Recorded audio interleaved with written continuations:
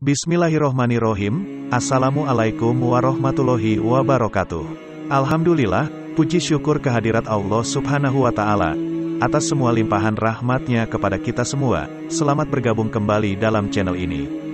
Dalam hal ini, insya Allah saya akan sedikit berbagi informasi tentang tokoh-tokoh Muslim dunia yang fenomenal, di mana dalam sumbangsih mereka sangat berguna dalam dunia Islam. Penting untuk kita ketahui bersama, kehadiran tokoh-tokoh Muslim ini memiliki banyak riwayat yang sudah beredar luas di kalangan umat Islam, walaupun banyak pro dan kontra terhadap pemikiran dan pendapat mereka. Tetapi ini merupakan bagian dari betapa banyaknya ilmu-ilmu Allah yang harus kita gali bersama melalui guru-guru kita yang sudah paham dan bergelut dalam dunia dakwah. Kali ini kita akan membahas tokoh sufi terkenal yaitu Imam Al-Ghazali.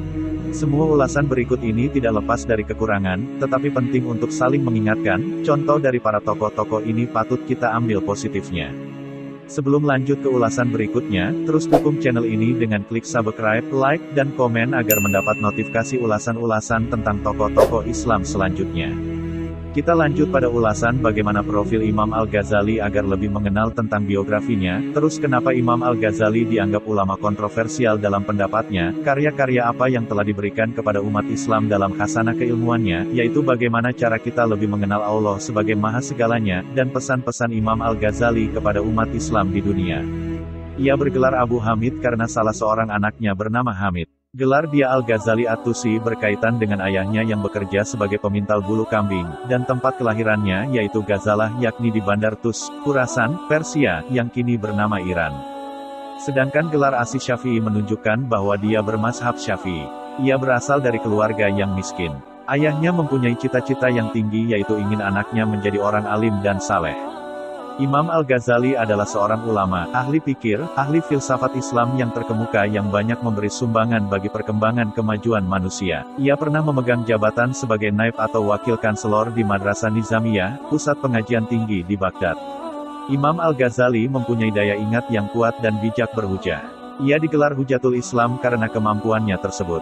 Ia sangat dihormati di dua dunia Islam, yaitu Saljuk dan Abbasiyah yang merupakan pusat kebesaran Islam. Ia juga sanggup meninggalkan segala kemewahan hidup untuk bermusafir dan mengembara serta meninggalkan kesenangan hidup demi mencari ilmu pengetahuan. Sebelum dia memulai pengembaraan, dia telah mempelajari karya ahli sufi ternama seperti Al-Junaid Sabili dan Bayazid Bustami. Ia telah mengunjungi tempat-tempat suci di daerah Islam yang luas seperti Mekah, Madinah, Yerusalem, dan Mesir. Ia terkenal sebagai ahli filsafat Islam yang telah mengharumkan nama ulama di Eropa melalui hasil karyanya yang sangat bermutu tinggi. Sejak kecil dia telah dididik dengan akhlak yang mulia.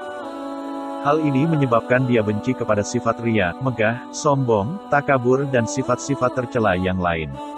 Ia sangat kuat beribadat, wara, zuhud dan tidak gemar kepada kemewahan, kepalsuan, kemegahan dan mencari sesuatu untuk mendapat ridho Allah Subhanahu wa Ta'ala.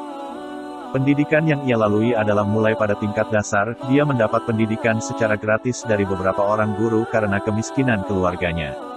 Pendidikan yang diperoleh pada peringkat ini membolehkan dia menguasai bahasa Arab dan Parsi dengan fasih.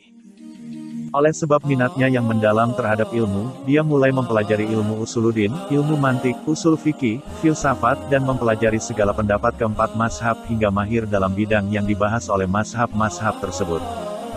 Selepas itu, dia melanjutkan pelajarannya dengan Ahmad Ar-Raskani dalam bidang ilmu fikih, Abu Nasr Al-Ismail di Jarajan, dan Imam Harmain di Naisabur.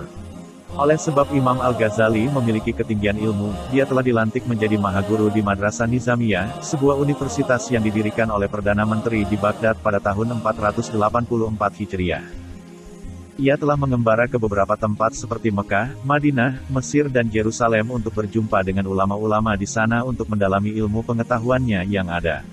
Dalam pengembaraan, dia menulis kitab Ihya Ulumuddin yang memberi sumbangan besar kepada masyarakat dan pemikiran manusia dalam semua masalah. Karyanya yang terkenal, yaitu kitab Ihya Ulumuddin yang artinya kebangkitan ilmu-ilmu agama atau Al-Ihya yang merupakan kitab yang membahas tentang kaidah dan prinsip dalam menyucikan jiwa atau tazkiyatun nafs, yang membahas perihal penyakit hati, pengobatannya, dan mendidik hati. Kitab ini merupakan karya yang paling terkenal dari Imam Al-Ghazali. Dan kitab ini mendapat kritikan, hal ini menyebabkan banyak ulama dan para ahli hadits yang kemudian berupaya meneliti, memilah dan menyusun ulang terhadap takrij hadits yang termuat di dalam Ihya Ulumuddin. Di antara ulama ahli hadits yang menyusun ulang kitab hadits berdasarkan Ihya Ulumuddin ini adalah Imam Ibnul Jauzi dan Imam Ibnu Qudamah Al-Maqdisi yang menulis kitab Minhajul Qasidin dan ikhtisarnya atau mukhtasarnya. Berikut karya-karya Imam Al-Ghazali di antaranya adalah Ihya Ulumuddin, Tahafut Al-Falasifah, Al-Munqidh min Ad-Dalaw, Al-Iqtisad fi Al-I'tiqad, Jawahir Al-Quran, Mizan Al-Amal, Al-Maqasid Al-Asna fi Ma'ani Asmaillah Al-Husna dan Al-Basit. Mengapa Imam Al-Ghazali dijuluki Hujatul Islam? Al-Ghazali bergelar Hujatul Islam, salah satunya karena beliau punya jasa yang amat besar dalam memberikan argumen atau hujah, baik lewat dalil akal atau nakil. Keduanya berjalin satu dengan lain dan dengan rapi serta saling menguatkan ibarat simpul-simpul temali yang terikat dengan benar. Kenapa Imam Al-Ghazali mengharamkan filsafat? Alasan pertama, mengenai keabadian alam atau kekodiman alam. Al-Ghazali menganggap bahwa filosof telah musyrik karena ada dua entitas yang sama-sama kodim, yaitu Tuhan dan alam. Yang kedua, keliru ketika mengartikan bahwa pengetahuan Tuhan terhadap alam itu bersifat universal, tidak partikular. Dan bagi kita, definisi ini butuh kajian. Kritikan Imam Al-Ghazali terhadap kerancuan para filsuf termuat dalam kitab Tahafut Al-Falasifah, yakni kitab yang menjadi kontroversi selama berabad-abad. Di dalam karyanya ini Al-Ghazali mengkritik para filsuf muslim, terutama Ibnu Sina dan Al-Farabi, khususnya dalam masalah teologi atau kalam. Kitab ini dianggap memiliki andil atas mencuatnya mazhab teologi Asariyah dan mundurnya minat terhadap falsafah yang berakar pada filsafat Yunani. Dalam kitab ini, Al-Ghazali menulis 20 daftar kerancuan logika para filsuf terkait teologi Islam. Dari daftarnya itu, 17 diantaranya dinyatakan sebagai sesat atau bid'ah, dan 3 lainnya dianggap sebagai tanda kekafiran. 3 butir kerancuan yang Al-Ghazali anggap sebagai tanda kekafiran adalah: pertama, pendapat bahwa alam semesta senantiasa ada dan tanpa permulaan. Kedua, pendapat bahwa Tuhan hanya mengetahui perkara-perkara mujmal atau umum, dan bukan hal-hal parsial atau khusus. Dan ketiga, pendapat bahwa hanya ruh yang akan dibangkitkan di hari akhir. Kembali kepada riwayat tentang bagaimana kitab Ihya Ulumuddin diragukan ulama, dan bagaimana kitab ini dianggap kitab penting dan luar biasa untuk orang Islam pelajari. Pada suatu petang, tokoh Islam Abul Hasan Ali bin Harzahim tampak sibuk. Lelaki tawaduk bertubuh kekar itu mondar-mandir di depan tempat tinggalnya. Perasaan ganjil menyergapnya, air mukanya tidak tenang, napasnya tak teratur. Sesekali ia memegang janggutnya yang mulai memutih. Sudah 3 hari ia dirundung kekalutan. Ia segera mengumumkan kepada penduduk kota, dia berkata siapa saja yang memiliki salinan kitab Ihya Ulumuddin harus dikumpulkan di balai pertemuan. Mula-mula banyak yang menolak. Namun, karisma, kealiman, dan kezuhudan Abul Hasan Ali bin Harzahim akhirnya membuat mereka mentaati pengumuman tersebut. Pada waktu itu, penduduk mulai berbondong-bondong menyerahkan naskah kitab Ihya Ulumuddin yang mereka miliki. Saat naskah sudah terkumpul banyak, hari telah kian petang. Atas instruksinya, semua naskah akan dibakar keesokan harinya setelah sholat Jumat. Ketika malam belum begitu larut, tiba-tiba Abul Hasan Ali bin Harzahim merasa amat lelah sekali. Ia merasakan seluruh engsel-engsel persendiannya terasa linu dan seolah hendak patah. Pada saat ia tertidur, ia bermimpi didatangi Rasulullah Sallallahu Alaihi Wasallam. Abul Hasan Ali bin Harzamin melihat Rasulullah bersama sahabat Abu Bakar As-Siddiq dan Abu Hamid Al-Ghazali, penulis kitab Ihya Ulumuddin, sebuah karya yang dalam 3 hari belakangan mengusik ketenangan hidupnya. Ketika ia hendak mendekat kepada Rasulullah, Al-Ghazali segera berkata, orang ini, Abul Hasan Ali bin Harzahim ini, membenci dan memusuhiku, ya Rasulullah. Jika memang masalahnya adalah sebagaimana yang ia sangka, maka tentu aku akan langsung bertobat. Tapi, jika tidak, maka bagiku berkahmu senantiasa untukku dan aku masuk ke dalam golongan hamba yang mengikuti sunnahmu. Mendengar ucapan Al-Ghazali, Nabi Muhammad segera mengambil kitab Ihya Ulumuddin dan membukanya halaman demi halaman. Demi Allah yang mengutusmu dan membimbingmu ke arah kebenaran, ini benar-benar sesuatu yang baik, ucap Rasulullah. Saat itu juga turun perintah kepada Nabi Muhammad untuk membuka baju Abul Hasan Ali bin Harzahim, dan menghukumnya dengan cambukan karena fitnah dan tuduhannya terhadap Imam Al-Ghazali. Hukuman cambuk pun dilaksanakan. Pada cambukan kelima, Abu Bakar As-Siddiq menginterupsi Rasulullah. Ia membelanya karena tak tega melihat Abul Hasan Ali bin Harzahim. Demi Allah, ya Rasulullah, Abul Hasan Ali bin Harzahim adalah orang yang telah menjaga hadis dan sunnahmu. Ia menyangka ada penyelewengan yang menimpa hadismu. Sayangnya prasangkanya salah. Ia adalah hamba yang mulia, ucap Abu Bakar. Cambukan dihentikan, hukuman diakhiri, dan saat itu pula Abul Hasan Ali bin Harzahim terjaga. Ia merasakan nyeri yang sangat di dada bagian kiri. Tidak ada bekas cambukan, tapi rasa sakitnya cukup lama. Kelak, rasa sakit itu hilang ketika suatu hari ia bermimpi kembali bertemu dengan Rasulullah yang mengusap-usap punggungnya. Imam Ghazali pernah mengalami gelisah di puncak karirnya. Selama di Baghdad, kota berjuluk 1001 malam itu, Imam Al-Ghazali menyibukkan diri dengan majelis-majelis ilmu. Dia juga kerap memberikan nasihat kepada kalangan istana, termasuk Nizam al-Mulk. Surat-surat yang berisi petuahnya kepada sang wazir terhimpun dalam karyanya, Nasihat al-Mulk. Salah satu pesannya mengimbau pemimpin agar selalu berpihak pada kaum papa, terutama mereka yang darah dan keringatnya dihisap pegawai pemerintah yang korup.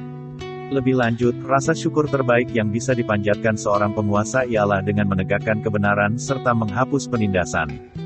4 tahun sudah Imam Ghazali memegang jabatan tinggi di Akademi Nizamiyah. Suatu ketika, dia merenungi perjalanan hidupnya sejauh ini, terutama setelah mempelajari teologi, ilmu kalam, sejak dari Al-Juwaini. Ilmu kalam membahas berbagai aliran yang kadangkala satu sama lain saling berkontradiksi. Berikut 35 kata-kata bijak Imam Al-Ghazali tentang kehidupan, penuh makna dan inspiratif yang mesti kita ketahui. Imam Al-Ghazali berkata sebagai berikut, "Belum pernah aku berurusan dengan sesuatu yang lebih sulit daripada jiwaku sendiri, yang terkadang membantuku, dan terkadang menentangku. Nafsu bisa membuat seorang raja menjadi budak, sementara sabar bisa membuat seorang budak menjadi raja. Jiwa manusia itu seperti cermin yang memantulkan bayangannya. Kebajikan akan membuat jiwa itu bersinar, sementara keburukan akan membuatnya gelap. Sifat utama pemimpin ialah beradab dan mulia hati. Barang siapa yang menghabiskan waktu berjam-jam lamanya untuk mengumpulkan harta karena takut miskin, maka dialah sebenarnya orang yang miskin. Kita adalah makhluk yang suka menyalahkan dari luar, tidak menyadari bahwa masalah biasanya dari dalam. Bersungguh-sungguhlah engkau dalam menuntut ilmu, jauhilah kemalasan dan kebosanan, karena jika tidak demikian engkau akan berada dalam bahaya kesesatan. Orang munafik mencari-cari kesalahan, sementara orang beriman mencari permintaan maaf.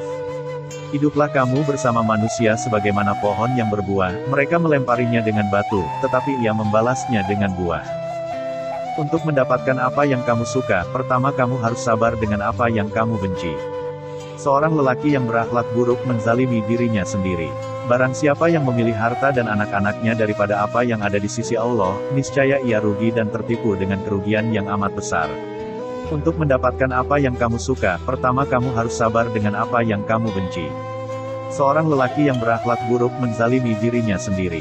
Barang siapa yang memilih harta dan anak-anaknya daripada apa yang ada di sisi Allah, niscaya ia rugi dan tertipu dengan kerugian yang amat besar.